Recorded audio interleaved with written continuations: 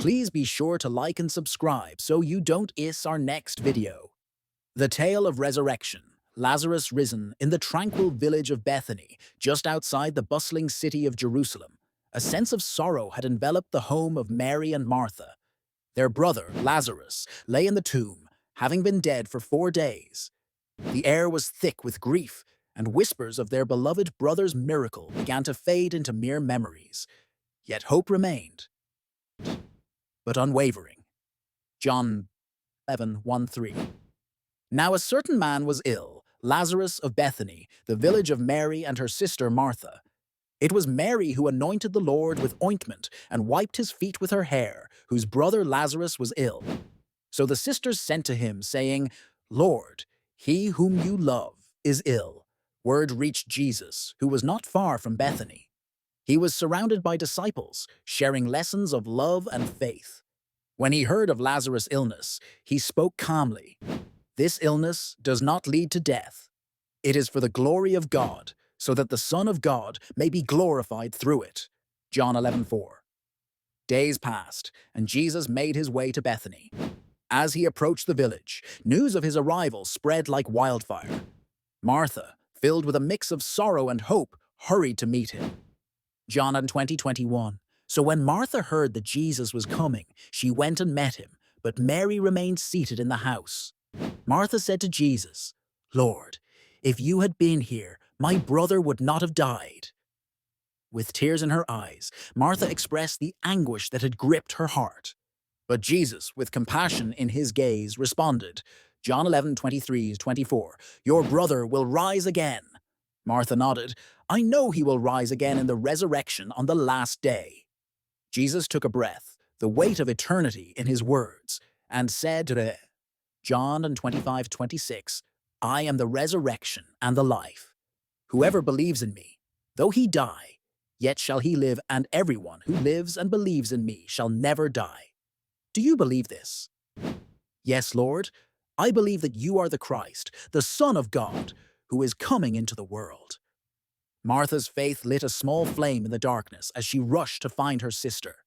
Mary, hearing of Jesus' arrival, quickly left the house, falling at his feet. John 11:32.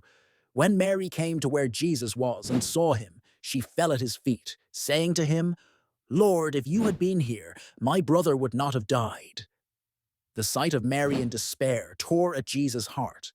He stepped forward, and John 11:35, Jesus wept. Tears flowed freely, not just for Lazarus, but for the deep pain that death inflicted on the world. Moved by the profound sorrow of Mary and the others weeping with her, Jesus turned to the tomb, knowing he was about to perform the unimaginable. John 11:38-39. Jesus, deeply moved again, came to the tomb.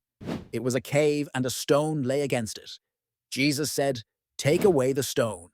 With fear and hesitation, Martha spoke up, "Lord, by this time there will be an odor, for he has been dead 4 days." But Jesus replied, John 11:40, "Did I not tell you that if you believed you would see the glory of God?"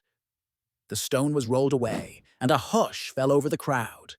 The air was tense with expectation as Jesus lifted his eyes to heaven and prayed.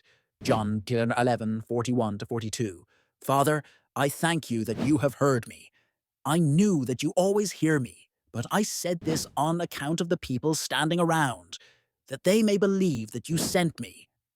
With a shout that echoed through the ages, he called out, John 11:43-44, "Lazarus, come out!" The lips of many parted in disbelief. And then, as shadows gave way to light, Lazarus emerged, wrapped in burial cloths, alive once more. John 11:44. The man who had died came out, his hands and feet bound with linen strips, and his face wrapped with a cloth. Jesus said to them, "Unbind him, and let him go." Exclamations of joy and astonishment erupted from the crowd.